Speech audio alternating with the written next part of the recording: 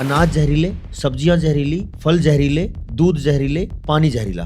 Chemical की खेती ने पूरी तरह लोगों को तबाह कर दिया। और ये केवल भारत की, हरियाणा की, यूपी की बात नहीं, ये वैश्विक बात है। पूरी दुनिया को तबाह किया है केमिकल इंडस्ट्री ने, केमिकल फार्मिंग ने। अच्छा, केमिकल फ्री खेती कर भी ली हमने, नेचुरल फार्मिंग कर भी ली, तो उसके रेट कैसे तय होंगे? अगर आप मार्केट वाला खाओगे तो जहर खा के लाखों रुपए दोगे डॉक्टर को, और अगर मेरा दिया हुआ खाओगे तो आपके लाखों रुपए बचेंगे, जिससे जीवन भी बचेगा। एक जिंदगी का एक सेकंड भी मिलता नहीं है जब आखिरी सांस आती है।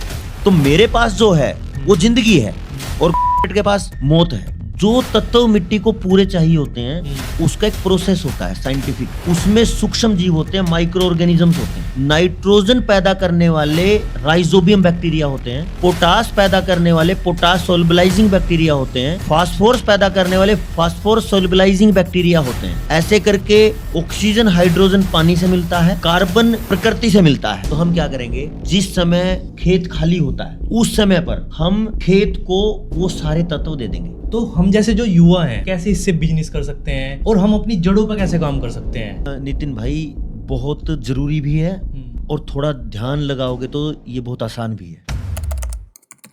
अब मिलते हैं उस इंसान से जिसने अपनी प्रोफेसर की आरामदायक नौकरी छोड़ी और अपनी पूरी जिंदगी मिट्टी को दोबारा जिंदा करने में लगा दी। हरियाणा के सालवन गांव से सुनील शर्मा, बीटेक एमटेक 5 साल प्रोफेसर, लेकिन असली सच समझती उन्होंने सब छोड़ दिया। पिछले 15 सालों से सिर्फ एक ही चीज पर मेहनत की है, क्या बिना केमिकल, बिना बाजार, पहली बार में पूरी पैदावार हो सकती है। और आज सुनील शर्मा इसका 100% साइंटिफिक प्रूफ लेकर बैठे हुए हैं। ये हजारों किसानों के साथ मिलकर ऐसी खेती कर रहे हैं जो सिर्फ खेत नहीं, जिंदगी बचा रहे हैं। दोस्तों, अगर आपको लगता है केमिकल फार्मिंग सिर्फ हमारा खेत खराब करती है तो ये बातचीत आपका नजरिया बदल देगी। इस पॉडकास्ट को एंड तक देखना। Let's bring. पहली बार पूरी पैदावार, बिना जहर, बिना बाजार। हर कोई व्यक्ति केमिकल बेस्ड खेती कर रहा है, ठीक है। आपके दिमाग में कैसे आया कि मेरे को जहर मुक्त खेती करनी है? ये नितिन भाई, पहले तो मैं आपका धन्यवाद करता हूँ, आपने इस विषय को चुना और इस पे चर्चा करने के लिए हम बैठे हैं। इसके पीछे एक बहुत गंभीर कारण है। गंभीरता ये है कि अगर पूरी की पूरी सोसाइटी की हालात देखो तो हर कोई ये कहता मिलेगा कि रोग बहुत ज़्यादा हो गए, हर घर बीमारियां हैं, हर व्यक्ति किसी न किसी परेशानी से परेशान है, शरीर की मानसिक परेशानी हो या शारीरिक परेशानी हो। इसके जब सेंटर में, इसके मूल में जाया जाए तो पता चलता है कि हर रोग के जड़ों में जो है वो केमिकल वाला फूड है। और केमिकल वाले फूड की अगर जड़ों में जाया जाए तो केमिकल फार्मिंग है, यानी जहरीली खेती है। अब जहरीली खेती की बात करते हैं तो अनाज जहरीले, सब्जियां जहरीली, फल जहरीले, दूध जहरीले, पानी जहरीला। और इसी से हम समाज में जीवन को देखते हैं। तो यहाँ सब चीजें जहरीली हो गई तो अस्पताल भरे पड़े हैं। इसको अगर रोकना, कोई किसी का मन करे रोकने का, तो फिर इसकी तरफ बढ़ना पड़ेगा, बिना जहर की खेती की तरफ। ओके।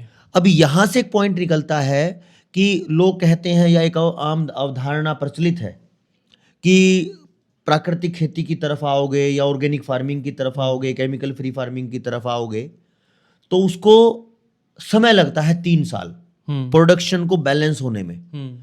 तो इसके बैकग्राउंड में, इसकी साइंटिफिक अप्रोच की तरफ जब हम गए तो हम यहां तक रिजल्ट ले आए, पहली बार पूरी पैदावार, बिना जहर, बिना बाजार। अब जितनी समस्याएं किसान की थी वो सारी खत्म हो जाती है।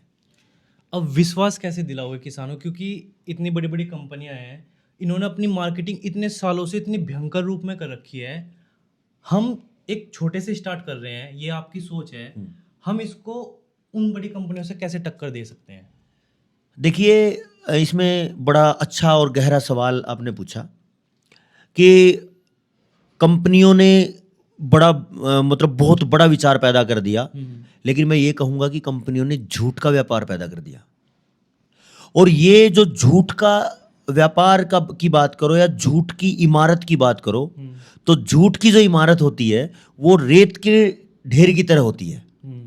जिस दिन किसी ने हल्का सा टच किया वो ढह जाएगी। तो इसीलिए अब जो झूठ की इमारत खड़ी हुई केमिकल की खेती ने पूरी तरह लोगों को तबाह कर दिया। और ये केवल भारत की, हरियाणा की, यूपी की बात नहीं, ये वैश्विक बात है। पूरी दुनिया को तबाह किया है केमिकल इंडस्ट्री ने, केमिकल फार्मिंग ने। अब हर कोई परेशान है। और हरियाणा में और भारत में, यूपी में जो ये अपना देशी क्षेत्र है भारत का, इसमें कहावत है कि दुख तिरक पकड़ लो, साथ में आ जाएगा व्यक्ति। अब इस समय पूरा समाज दुख तिरक पे बैठा है। हम अगर इस दुख तिरक को पहली बार पूरी पैदावार बिना जहर, बिना बाजार पे ले आए, तो पूरा समाज अपने साथ आएगा। ठीक है। अब बात रही आपके सवाल की कि इस विश्वास कैसे दिलाया जाए। बिल्कुल। देखिए, विश्वास दिलाने का जो विचार है वो हर व्यक्ति अलग अलग तरीके से मानता है। कुछ लोग इस तरीके से मानते हैं कि उनको बस सच बता दिया जाए, वो अपनी बुद्धि लगाएंगे, सही और गलत की तुलना करेंगे और वो मान जाएंगे। कुछ लोग ऐसे हैं जो वैज्ञानिक अप्रोच मानेंगे, भाई इसका विज्ञान क्या है, आपकी बात का तर्क क्या है, तथ्य क्या है, प्रमाण क्या है, तो वो पूरा एनालिसिस करेंगे, समाज क्या कहता है, रिसर्चरों ने क्या बोला, वैज्ञानिकों ने क्या बोला, समाज में परिणाम क्या है, जिसको हम बोलते हैं सोशल इम्पैक्ट असेसमेंट। ओके। समाज में प्रभाव का तुलनात्मक अध्ययन, आंकलन। तो कुछ लोग मानेंगे सही और गलत को देख के, कुछ मानेंगे तथ्य प्रमाण से, वैज्ञानिक आधारित सिस्टम से, और कुछ मानेंगे परिणाम को देखने के बाद। हमने तीनों पे काम किया। जैसे मैंने 2-3 भाई से बात की, मैंने आपकी बहुत सारी वीडियो देखी है, आपका फेसबुक पे अभी आपने एक रैली भी निकाल ली है जी, उसकी भी हम कुछ क्लिप यहाँ पे दिखा देंगे। यात्रा निकाली है। हाँ, यात्रा निकाल ली है और वो बहुत भयंकर यात्रा थी और मैं दिखाऊंगा आपको। तो मैं इसमें एक सवाल पूछूंगा, मैंने वो आपकी यात्रा देखी, ठीक है, और मैंने कुछ भाइयों से बोला कि भाई इस तरह का सिस्टम है। अपना एक भाई है हरियाणा से जी, और वो केमिकल बेस्ड खेती पे काम कर रहा है जी।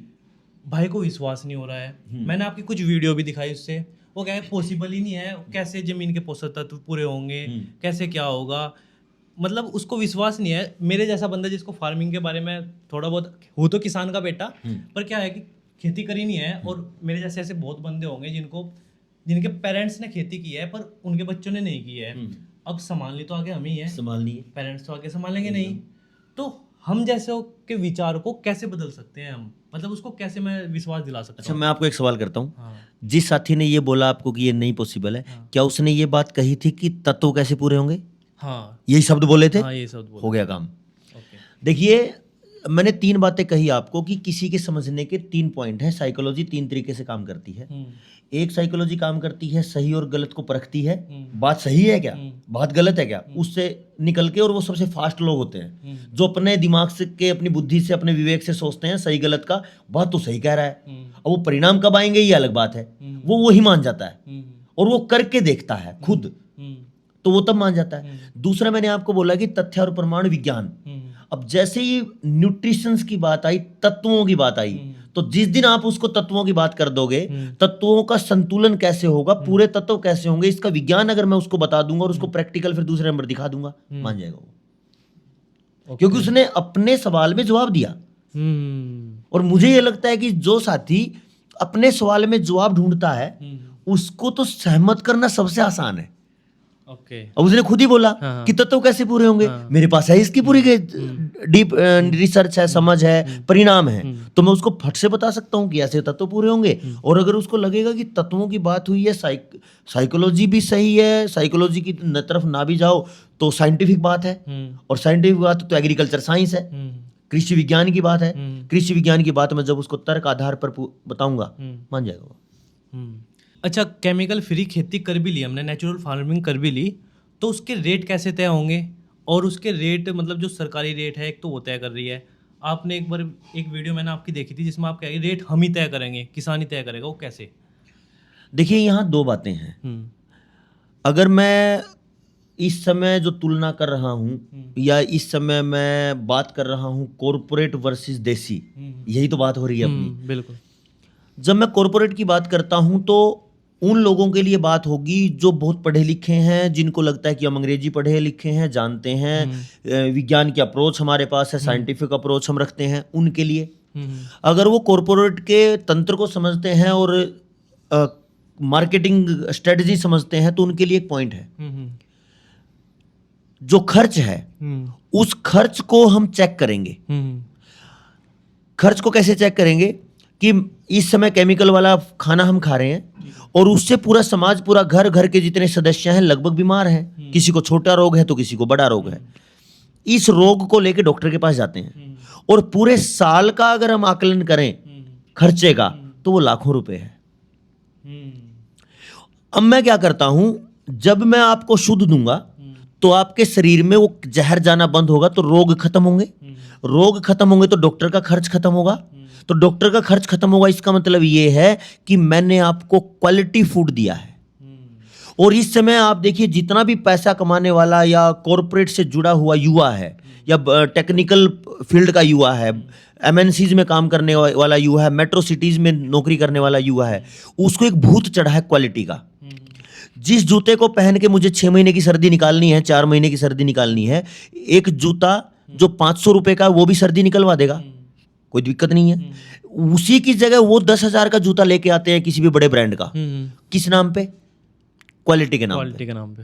अगर मैं क्वालिटी के नाम पे 500 की जगह 10,000 खर्च कर रहे हैं तो मेरा फूड तो आपकी जिंदगी बचा रहा है। तो मेरा क्वालिटी फूड की तो कोई कंपैरिजन ही नहीं। तो अगर मैं उसका रेट ज्यादा ले रहा हूं तो ये मेरे कंट्रोल में होना चाहिए कि मैं रेट तय करूं। एक बात, जैसे किसी एमएनसी कंपनी ने 500 रुपए के जूते के बराबर में 10,000 का जूता बेचा क्वालिटी देके, और लोगों ने उसको मान भी लिया कि यस क्वालिटी है, 10,000 पे किया तो क्वालिटी का पे किया। अब मैं अपनी क्वालिटी ये बता रहा हूं कि भाई अगर आप मार्केट वाला खाओगे तो जहर खा के लाखों रुपए दोगे डॉक्टर को, और अगर मेरा दिया हुआ खाओगे तो आपके लाखों रुपए बचेंगे, जिससे जीवन भी बचेगा। और जीवन की जिंदगी का 1 सेकंड भी मिलता नहीं है जब आखिरी सांस आती है। तो मेरे पास जो है वो जिंदगी है और कॉर्पोरेट के पास मौत है। तो मैं आपको जिंदगी और मौत के बीच का जो गैप है वो समझाना चाह रहा हूं। और वो अगर आपको रेट में 10 रुपए किलो, 50 रुपए किलो या 1,000 रुपए प्रति क्विंटल अगर ज्यादा लग रहा है, मुझे नहीं लगता कि ये समझदारी है। एक बात ये उन लोगों के लिए है जो कॉर्पोरेट की क्वालिटी की बात करते हैं। लेकिन मैं 2 पक्ष देखता हूं। एक वो समाज है जो कॉर्पोरेट का है, मेट्रो सिटीज का है, और जिसको क्वालिटी पसंद आती है प्रोडक्ट में, और वो भी जो थोड़े दिन का सामान होता है, जूते कपड़े ये चीज। दूसरा पक्ष एक है कि भाई अगर ये महंगा नहीं चाहिए, किसको नहीं चाहिए? गांव के गरीब को, गांव के किसी किसान को, मेरे जैसे आदमी को, आप जैसे आदमी को महंगा नहीं चाहिए। उसके लिए दूसरा विकल्प हमारे पास है। दूसरा विकल्प ये है, किसान जब पैदा करता है उसकी उपज केमिकल डालने के बाद, खर्च करने के बाद जितनी आती है वो उसी को मंडी में बेच के आ जाता है। ठीक है, ठीक है। मेरा ये मानना है, जैसे आपने शुरू की बात कही, पहली बार पूरी पैदावार, बिना जहर, बिना बाजार। अब मैं इस नारे के ऊपर अपनी खेती को स्थापित कर देता हूं कि भाई मेरी खेती या मेरे किसान की खेती का उत्पादन पहली बार में जितना लोग केमिकल से ले रहे हैं उतना ही ले लिया, और बिना केमिकल के ले लिया, तो खर्च कितना घट गया? बिल्कुल। तो अब अगर किसी किसान को ये लगता है कि भाई मेरी पैदावार केमिकल के बराबर तो आ गई बिना केमिकल के, तो अगर मैं अब मार्केट मतलब अपने किसानों को, अपने समाज को मार्केट के रेट पे भी दे दूं, घाटा तो नहीं है। बिल्कुल। लेकिन अगर पूरे तंत्र की बात करो कॉर्पोरेट की, तो उसको क्वालिटी प्रोडक्ट की कीमत तो मिलनी चाहिए, क्योंकि उसने मेहनत करी है। तो इसीलिए उसका मन करे तो वो क्वालिटी का पैसा ज्यादा ले, मन करे तो ना ले, उसके हिसाब से होना चाहिए, क्योंकि उसका सामान है। एक छोटी सी साबुन 10 रुपए की, उसका कौन रेट तय करता है? कंपनी। पौने 10 रुपए भी नहीं लेगी वो। हाँ, नहीं लेगी। बिल्कुल। तो जब वो अपने सामान का भाव तय करने का अधिकारी है, तो किसान क्यों नहीं? क्या ये सिस्टम बदला जा सकता है? हाँ, क्यों नहीं बदला जा सकता? An idea can change your life, आपने बहुत सुना होगा। अच्छा सुनील भाई, ये कन्फ्यूज़न है, और ये कन्फ्यूज़न मेरे काफ़ी दिनों से चल रहा है। जब से आपकी वीडियो देखी तब से तो दिमाग की दही कह दो वो हो चुकी है। तो पर्सन ये है, हम तो टेक्नोलॉजी से जुड़े हुए बंदे हैं, ठीक है, और हमारे पेरेंट्स जड़ों से जुड़े हुए हैं, उन्होंने खेती करी है और अब भी खेती कर रहे हैं। तो हम जैसे जो युवा हैं उनके लिए क्या करना चाहोगे? मतलब उनके लिए वो कैसे इससे बिजनेस कर सकते हैं, या फिर वो कैसे अपने पेरेंट्स की हेल्प कर सकते हैं, और हम अपनी जड़ों पर कैसे काम कर सकते हैं? देखिए नितिन भाई, बहुत ज़रूरी भी है और थोड़ा ध्यान लगाओगे तो ये बहुत आसान भी है। हम्म जब भी आपको किसी व्यवस्था के सामने खड़ा होना है हम्म तो तब तक नहीं खड़े हो सकते जब तक आप उसको समझ ना जाओ। बिल्कुल। आप एक चीज देखिए, मैं वैसे लेता नहीं हूं, फिर भी नाम लेता हूं। हम्म कोई ब्रांड लीजिए आप, हम्म एप्पल ब्रांड का नाम लीजिए, हाँ ठीक है। तो एप्पल कहते ही आपको कटा हुआ सेब नजर आता है, बिल्कुल आता है कि नहीं? बिल्कुल। ठीक है। आप नाइक का ब्रांड लीजिए, आपको वो ऐसे टिक वाला साइन ध्यान में, मतलब सेकंड के 100वें हिस्से में ध्यान आ जाता है। बिल्कुल बिल्कुल। कोलगेट का नाम लीजिए, आपको अगर आपकी उम्र 30 प्लस है तो 25 साल पहले, 30 साल पहले, जितनी भी आपकी उम्र है, जब आप शुरू में टीवी देखना शुरू कर रहे होंगे, उस समय की वो एडवर्टाइजमेंट याद आ जाएगी। इसका मतलब ये है कि जो देसी कहावत है अपनी, जो दिखता है वो बिकता है। बिल्कुल। तो जो तंत्र है वर्तमान का, जिसने टेक्नोलॉजी का यूज किया, कंप्यूटर का यूज किया, मोबाइल का यूज किया, सैटेलाइट का यूज किया, टीवी का यूज किया, हर तरीके से जो तकनीक का यूज किया, उन लोगों ने हर तकनीक का जो यूज है वो अपने मार्केटिंग में किया। ठीक है, मार्केट यानी प्रचार में किया। बिल्कुल। जो भी तकनीकें आई, जितना भी वैज्ञानिक शोध हुए, उन सब का उपयोग एमएनसी कंपनियों ने, कॉरपोरेट तंत्र ने अपने प्रचार में किया। बिल्कुल।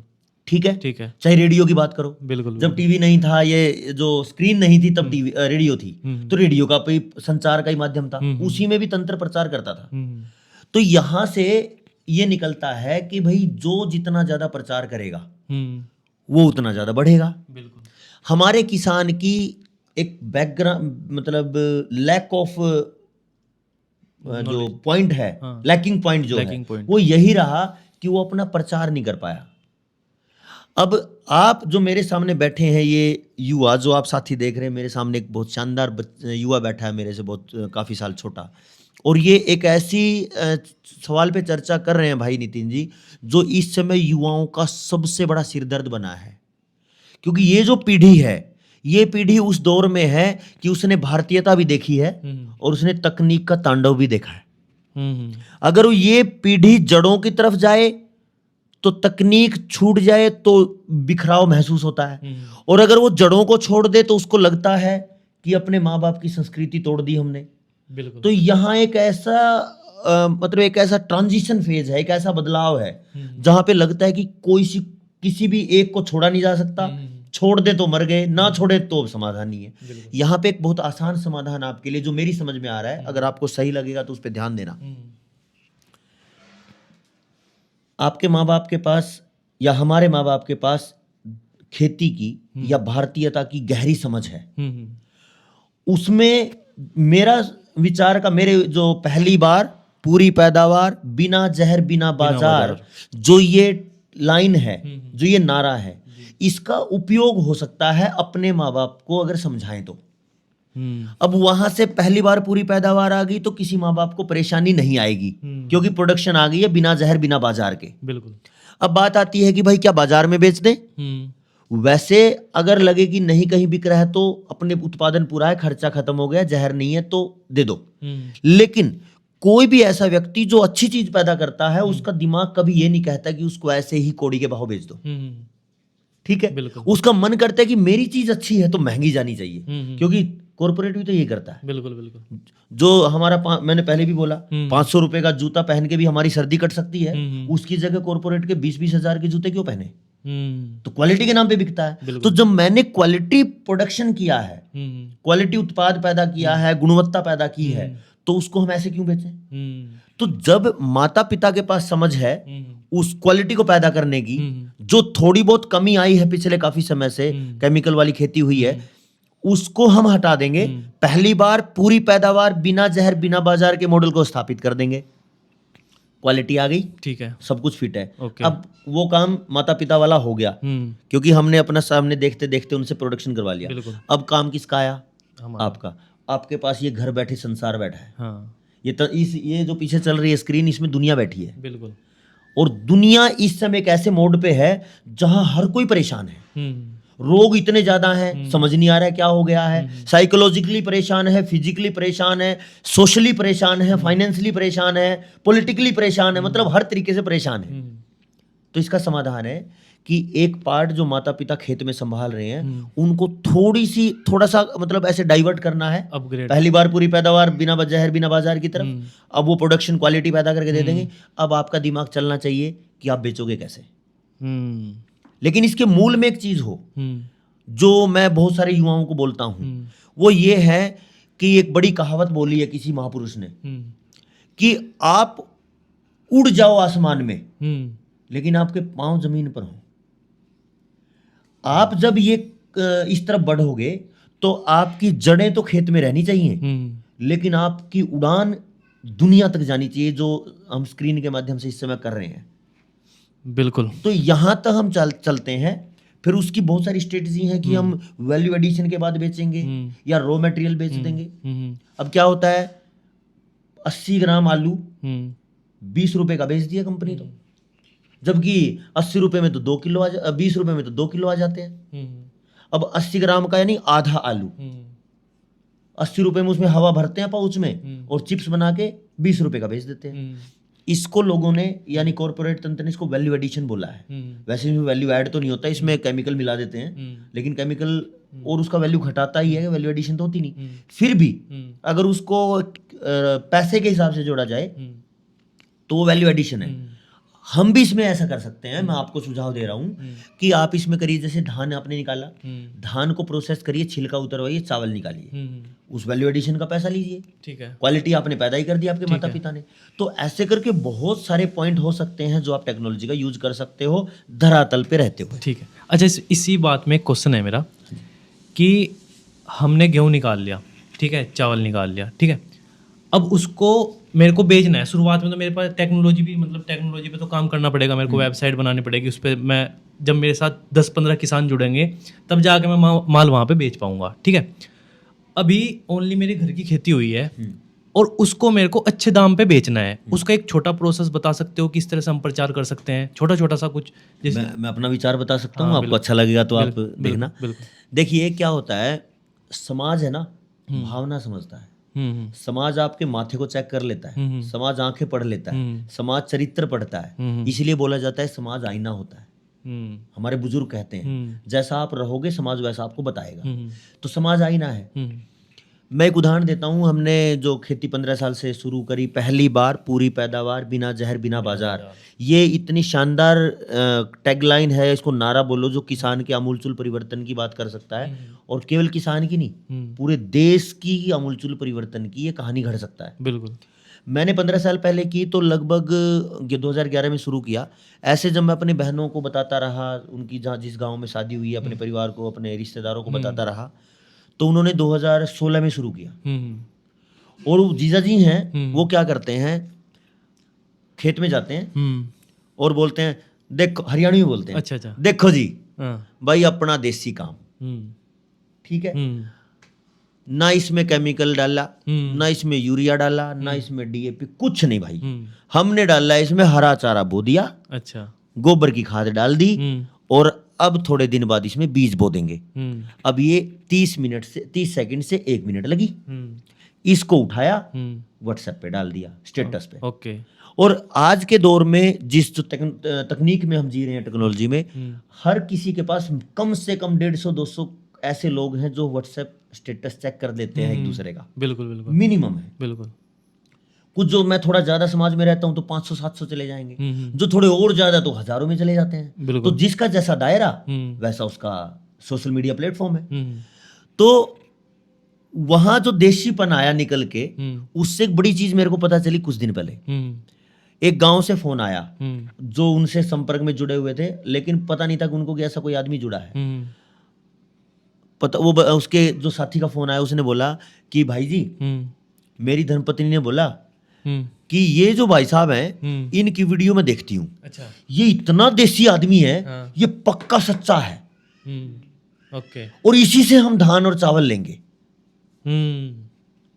ना उससे बात करी, ना उससे कभी संपर्क किया, उसका पता भी नहीं कि मेरी वीडियो कौन देख रहा है। लेकिन जो एक होती है हिडन मार्केटिंग, जिसको जो हम कहते भी नहीं और लोगों तक जाती है, साइलेंट मार्केटिंग, तो वो जो साइलेंट मार्केटिंग है वो सबसे अच्छा प्रभावी तरीका है। जो आपने बोला कि 1, 2, 5 एकड़ वाले किसान को अगर सामान बेचना है तो कैसे बेचें, तो आपने क्या किया जी, मैं इसको एक और तरीका बता देता हूँ, मैंने इसको प्रयोग किया तो बड़ा अच्छा रहा। बिल्कुल। आपने आज से चर्चा कर ली, हमने किसानों में चर्चा करी, आपने भी मान लिया कि सुनील भाई पहली बार पूरी पैदावार बिना जहर बिना बाजार का जो मॉडल है मैं तैयार हूं करने को, शुरू कर दिया। ठीक है। उसी दिन हम क्या करेंगे, खेत के बराबर में सड़क पे रोड पे एक बोर्ड लगाएंगे बड़ा सा, लोहे का लगा देंगे परमानेंट, उस पे लिखेंगे आज दिनांक ये से ठीक है। ये खेत पूरी तरह जहर मुक्त है। ठीक है। तो जो भी उसको पढ़ेगा उसको लगेगा कि अच्छा 6 महीने हो गए, अच्छा 2 साल हो गए, और 6 साल से कर रहा है, तो लोगों का एक विचार बनना शुरू होगा। और जब आप उस डेट डाल के बोर्ड पे उसको उसमें गाड़ रहे हो सड़क पे, तो उसकी वीडियो बनाइए, छोटी सी वीडियो बनाइए 30 सेकंड की, 1 मिनट की, कि देखो जी आज हमने तैयारी कर दी है, बोर्ड लगा दिया है, आज से ये खेत पूरी तरह जहर मुक्त बिना जहर का खेत होगा, ये प्राकृतिक खेती होगी, नेचुरल फार्मिंग होगी, ऑर्गेनिक फूड होगा, जो भी आप बोलो।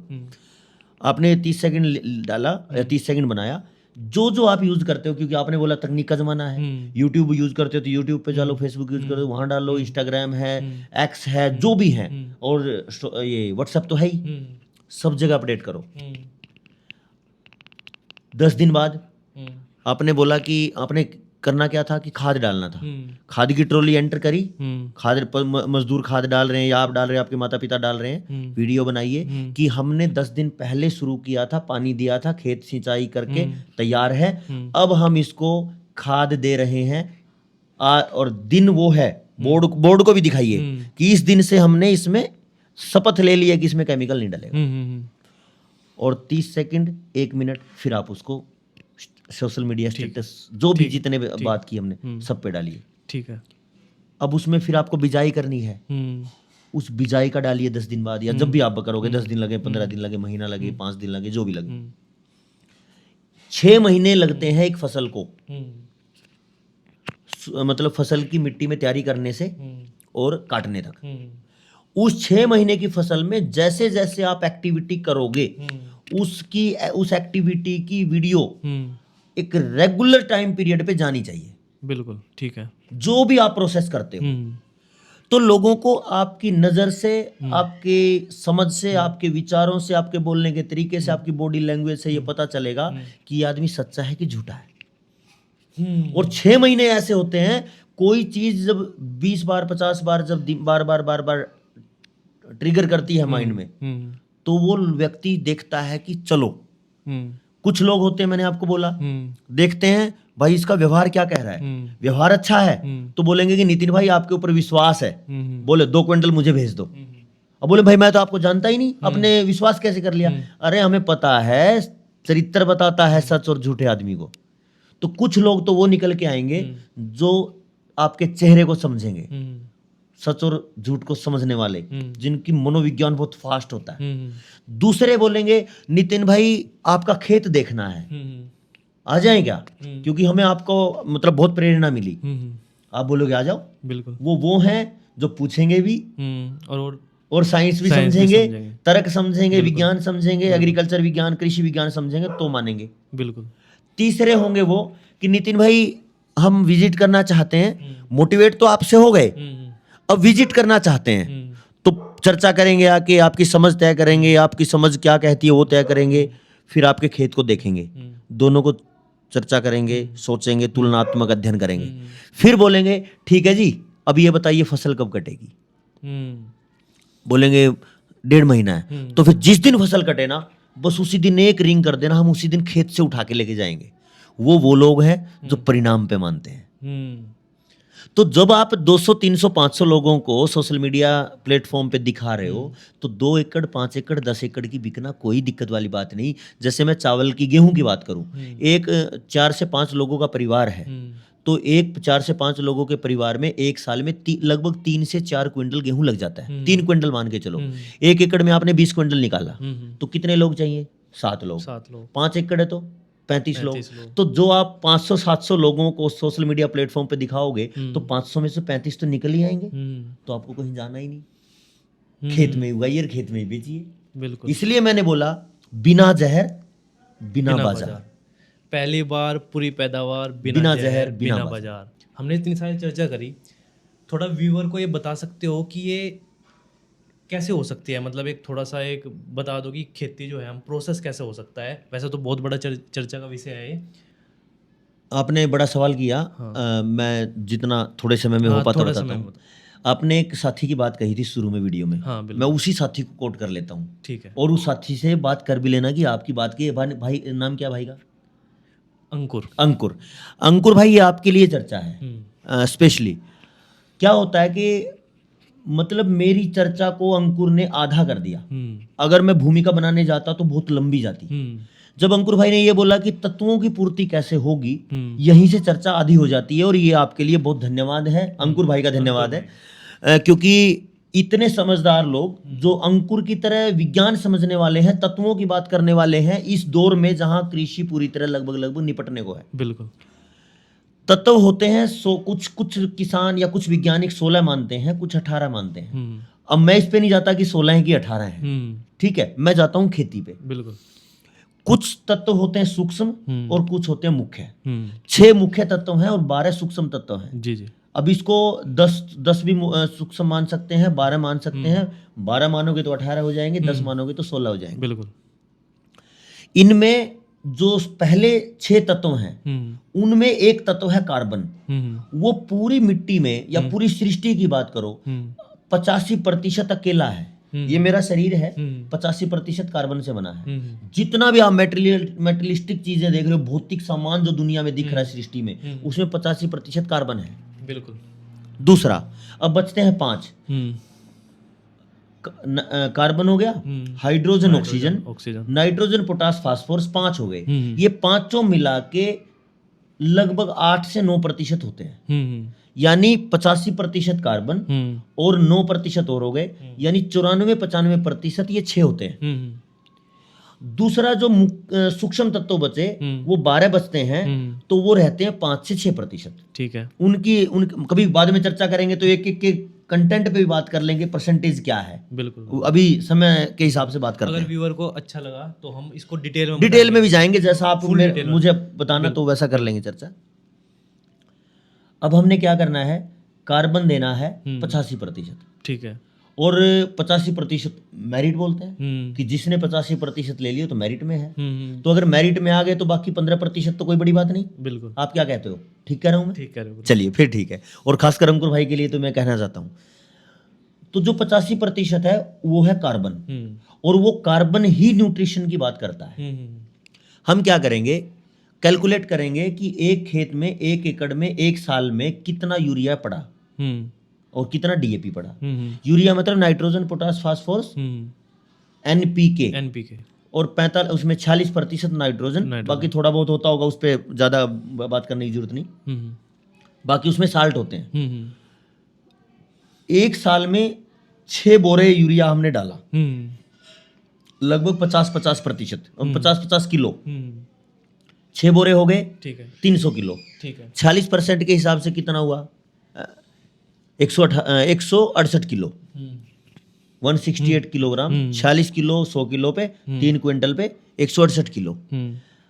ये हमने साल भर में नाइट्रोजन दिया, और 2 बोरे 50-50 किलो के दिया डीएपी, डाई अमोनियम फास्फेट, उसमें भी फास्फोरस का रूप है। तो इसको हम टोटल क्वांटिटी मान लेते हैं कि एनपीके जो हमने दिया टोटल वो 190 किलो दे दिया। कुछ डीएपी से मिला और एनपीके ऐसे यूरिया से मिला। अब अगर ये तो देखो, आप भी बोलोगे मैं सभी की इस बात कर रहा हूं, और खासकर अंकुर भाई, नितिन भाई ने जो अंकुर की बात करी, अंकुर भाई की, उनके लिए भी ये स्पेशल बात है कि ये तो मानना पड़ेगा कि हमारी 1 साल की दोनों फसलें 190 किलो ऊर्जा देने से मिल गई। बिल्कुल। ठीक है, 20-20 क्विंटल की हम एवरेज मान लेते हैं। एक सीजन की 20 क्विंटल, दूसरे सीजन की 20 क्विंटल। अब मैं कैलकुलेशन करता हूं देसी तरीके से। ठीक है, देसी तरीके से ऐसे कैलकुलेट करिए कि कार्बन देना है कितना, 85%। ठीक है जी। जो तत्व मिट्टी को पूरे चाहिए होते हैं उसका एक प्रोसेस होता है साइंटिफिक। उसमें सूक्ष्म जीव होते हैं, माइक्रो ऑर्गेनिजम्स होते हैं। नाइट्रोजन पैदा करने वाले राइजोबियम बैक्टीरिया होते हैं, पोटास पैदा करने वाले पोटास सोल्युबलाइजिंग बैक्टीरिया होते हैं, फास्फोरस पैदा करने वाले फास्फोरस सोल्युबलाइजिंग बैक्टीरिया होते हैं। ऐसे करके ऑक्सीजन हाइड्रोजन पानी से मिलता है, कार्बन प्रकृति से मिलता है, जैसे CO2 कार्बन डाइऑक्साइड है। पौधा क्या करता है, सूरज की प्रेजेंस में, जिसको फोटोसिंथेसिस या प्रकाश संश्लेषण की क्रिया होती है। अब हमने जो कार्बन डाइऑक्साइड छोड़ी या कुछ जल गया या सड़ गया, उससे कार्बन डाइऑक्साइड निकली। अब वो धूप जब कार्बन डाइऑक्साइड पे पड़ती है तो धूप की साथ में और कार्बन डाइऑक्साइड के मेल को पौधे क्या करते हैं, कार्बन खींच लेते हैं और O2 यानी ऑक्सीजन छोड़ देते हैं। तभी हम कहते हैं कि जो पौधे हैं कार्बन डाइऑक्साइड ले लेते हैं और ऑक्सीजन छोड़ देते हैं। तो वो कार्बन को ऑक्सीजन को तोड़ देते हैं। ये थोड़ा वैज्ञानिक हो गया, जिसको समझ आएगा वो ठीक है, नहीं तो देसी तरीके से जो समझना चाहता है वो देसी तरीके से हम बात ही कर रहे हैं। अब ऑक्सीजन मिल गई, कार्बन ले लिया पौधों ने, तो कार्बन कहाँ है, वनस्पति में। तो हमें कार्बन 85% पूरा करना है वनस्पति से। अब ये वनस्पति इतनी कहाँ से आएगी, ये समझने का है। बिल्कुल। तो इसमें आयुर्वेद ये कहता है कि जो ब्रह्मांड में है वो शरीर में भी है। तो ब्रह्मांड यानी मिट्टी में, बिल्कुल। जो मिट्टी में है वो शरीर में, जो शरीर में वो मिट्टी में है। पंच तत्वों की बात करते हैं तो मिट्टी को हमें वो देना है जो हमें चाहिए। हमें चाहिए 6 चीजें, कड़वा, मीठा, तीखा, फीका, खारा, ऐसे करके 6 रस हैं। ठीक है। सभी चाहिए। ओके। खट्टा आ गया इसमें, तो 6 जब चाहिए तो 6 मिट्टी को देने पड़ेंगे, और 6 मिट्टी को दे दिए तो मेरे पास आ जाएंगे। तो हम क्या करेंगे, जिस समय खेत खाली होता है उस समय पर हम खेत को वो सारे तत्व दे देंगे।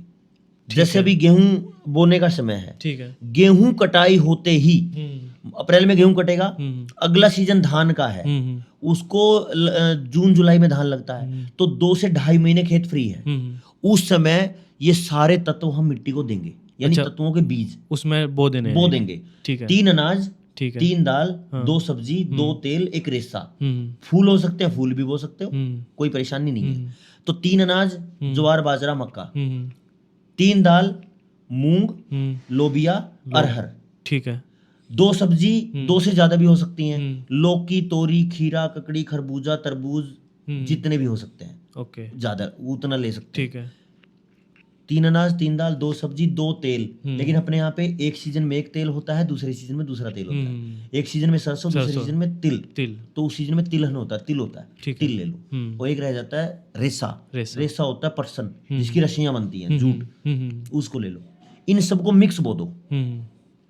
और जब इसका हिसाब लगाते हैं 45 दिन में कुछ पौधे ऐसे हैं जो ऐसे सांप की तरह फलेंगे, जैसे सब्जियों की बेल हो गई। कुछ 1.5 फीट 2 फीट का हो जाता है, जैसे मूंग हो गई। कुछ 4 फीट का हो जाता है, जैसे अरहर हो गया, लोबिया हो गया। कुछ तिल भी इसी रेंज में आता है, 4-5 फीट के रेंज में। और कुछ ऐसे हैं ज्वार, बाजरा, मक्का, ढैंचा, ऐसे करके ये होते हैं लगभग 8, 9, 10 फीट के। और जब इसका कैलकुलेशन हमने किया कि 45 दिन के बाद हम पूरे खेत की कटाई करके मिट्टी में अगर मिला, मतलब इसका वजन करें, तो ये होता है लगभग 20 टन, यानी 200 क्विंटल।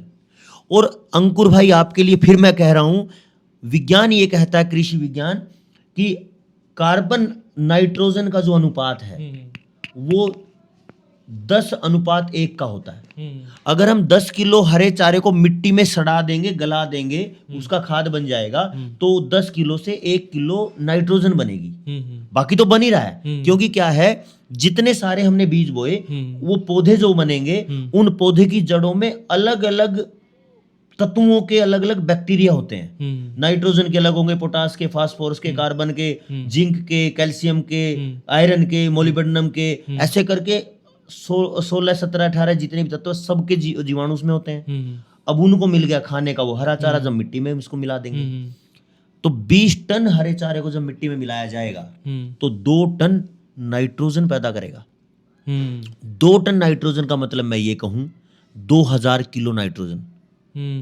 हमने एक बार में 2000 किलो नाइट्रोजन दी है, और 6 बोरे यूरिया और 2 बोरे DAP से कितना मिला था? 190 किलो। तो हमने कितना दिया? 10 गुना से ज्यादा। 10 गुना से ज्यादा मतलब कितना? 8 बोरे यूरिया हुआ 80, यानी 85 बोरे यूरिया के बराबर का हमने पोषण दिया। तो अंकुर भाई, क्या तत्व पूरे हो सकते हैं? हम्म, है ना? बिल्कुल हो तो सकता तत्व पूरे हो सकते हैं तो फिर तो अच्छा, उत्पादन भी आ इसमें सकता एक है। क्वेश्चन हो रहा है, हाँ अंकुर जी। भाई की तरफ से पूछना चाहूंगा, हाँ। ये क्वेश्चन जरूर आएगा उसका। हाँ। उसका क्वेश्चन ये आएगा, चलो हमने जमीन के पोषक तत्व तो कंप्लीट कर दिए, पर जो है हमारा वातावरण खराब हो रहा है, इसको कैसे हम वो करें? ये तो खराब हो चुका है, ठीक पर बात। हमारे जो फोटोसिंथेसिस जो सब कुछ इसके द्वारा ही हो रही है, तो इस पे हम कैसे कर सकते हैं इसका सुधार? देखो, 2 चीज़ें हैं। हम्म, एक तो ये है कि भाई सत्यानाश हो गया, कुछ नहीं हो सकता, हम्म, घर बैठो। हम्म, ये नाउम्मीदी वाला पॉइंट होता है हम्म, कि जो व्यक्ति पूरी तरह नाउम्मीद हो चुका होता है और ये मान ले कि 100% विनाश हो चुका हम्म, और अब प्रयास करने का फायदा नहीं, हम्म, फिर तो कुछ नहीं हो सकता। हम्म, लेकिन हम्म, अगर हमारे विचार में दम है, हम्म, अगर आपको लगता है कि तथ्य तो सही है, हम्म, विज्ञान भी है, हम्म, तत्व भी पूरे हो रहे हैं हम्म, और परिणाम भी आ रहा है, हम्म, तो इसका मतलब आइडिया मेरा सही है, हम्म, लॉजिक मेरा सही है, वैज्ञानिक मॉडल है, तो फिर शुरुआत तो हम थोड़े से करेंगे। बिल्कुल, और जब हम थोड़े से कर लेंगे तो बढ़ने में तो फिर अपने साथियों को तैयार करते जाएंगे, बढ़ जाएगा। बिल्कुल, इसका एक पॉइंट तो ये था कि शुरुआत तो हमें थोड़े से करनी पड़ेगी। बिल्कुल, अब जब मेरे जैसा, आप जैसा या अंकुर भाई जैसा कोई साथी है, अब उसके हाथ में पूरा देश तो है नहीं कि वो प्रधानमंत्री है कि वो एकदम ऐसे बोले और सब बदल जाए। मैं ये नहीं कहता कि अंकुर प्रधानमंत्री नहीं बन सकता, कोई भी बन सकता है, लोकतंत्र है। तो जितना मेरा सामर्थ्य है, जितनी मेरी ताकत है, उतना तो मैं शुरू कर दूं। और जैसे आपने बोला कि कई वीडियो सुनील भाई देखी, अब हमारे साथ सैकड़ों हजारों किसान जुड़ गए हैं देश में, और मैं पिछले कई सालों से पूरे भारत में घूमता रहता हूँ। तो पहले एक समय था जब कोई एक भी नहीं मिलता था, अब हजारों तो हैं। और अभी आप जैसे अंकुर भाई जैसे अगर साथी मिल गए और जिनको ये तकनीक की मतलब ज्वालामुखी का पता है कि इसमें एक बार विचार की आग लगी तो वो करोड़ों तक भी जा सकती है और सैकड़ों करोड़ तक भी जा सकती है, तो फिर इसको और फास्ट कर सकते हैं समाधान का। मुझे, मेरे पास तो यही तरीका है। बिल्कुल। तो जो ये पॉडकास्ट था, ये प्लानिंग नहीं थी, मतलब कुछ भी। ये भाई जी आए हुए थे, मैंने इनकी वीडियो देखी, मैं इनसे प्रभावित हुआ और ऐसी विचार बना कि बात कर ली जाए। और मैं कुछ दिनों से वीडियो बना रहा हूँ, आपने भी रील वगैरह देखी होंगी मेरी, तो बस ये अचानक से पॉडकास्ट हमारा हुआ है। अगर आप लोगों को कुछ भी जानकारी मतलब अच्छी लगेगी तो हम इस पे डिटेल में डिस्कस करेंगे। और हमारे ये छोटा सा पॉइंट है, हमारे पास इतना बड़ा खाका है। आप इस पे लाइक कमेंट मैं एक बात और कहूँ, हाँ, जो भी साथी देख रहे हैं आप इस पे एक बार चिंतन करना, क्या ये सच में संभव है? पहली बार पूरी पैदावार, बिना जहर, बिना बाजार। सवाल छोड़ा है, आप इस पे चिंतन करना और फिर जैसा सवाल बने आप कमेंट करने की कह रहे हो आपकी। बिल्कुल ठीक है, ओके।